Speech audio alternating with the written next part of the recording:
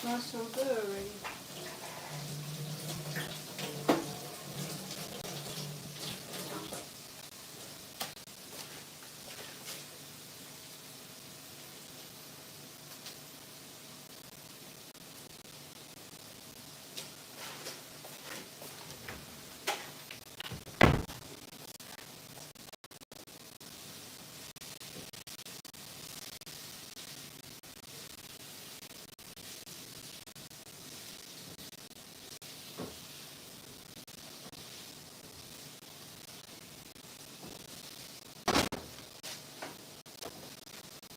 I mean, look at it.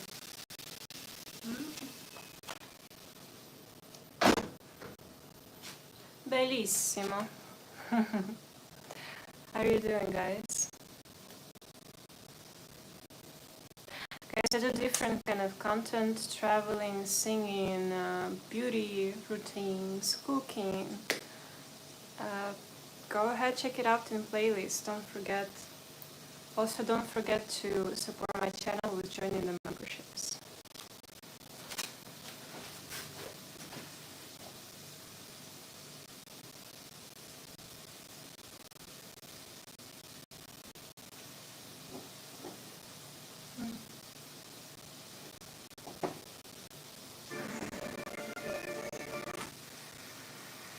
Welcome back to Blind Item Breakdown. Our first blind item is about Kris Jenner and Corey Handler. Anyways, this blind item reads, so the monitor doesn't talk directly to people because she thinks she's too important for that.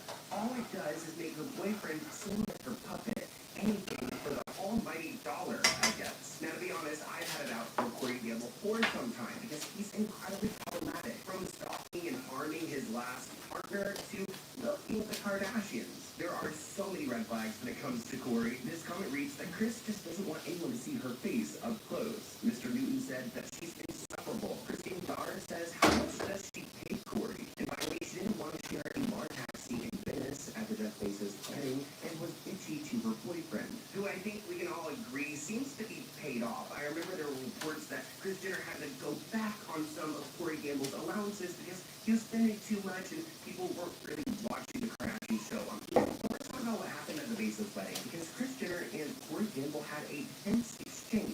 One issue with these bar taxis is that it's not like you're in a typical car. People can see what you're doing.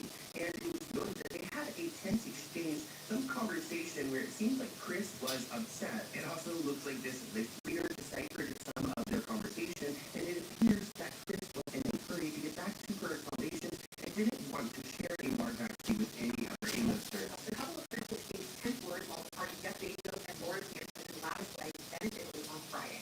Lip reader Nicola Hickley told the outlet that the dispute stemmed from Jenner's insistence on traveling alone in a water taxi.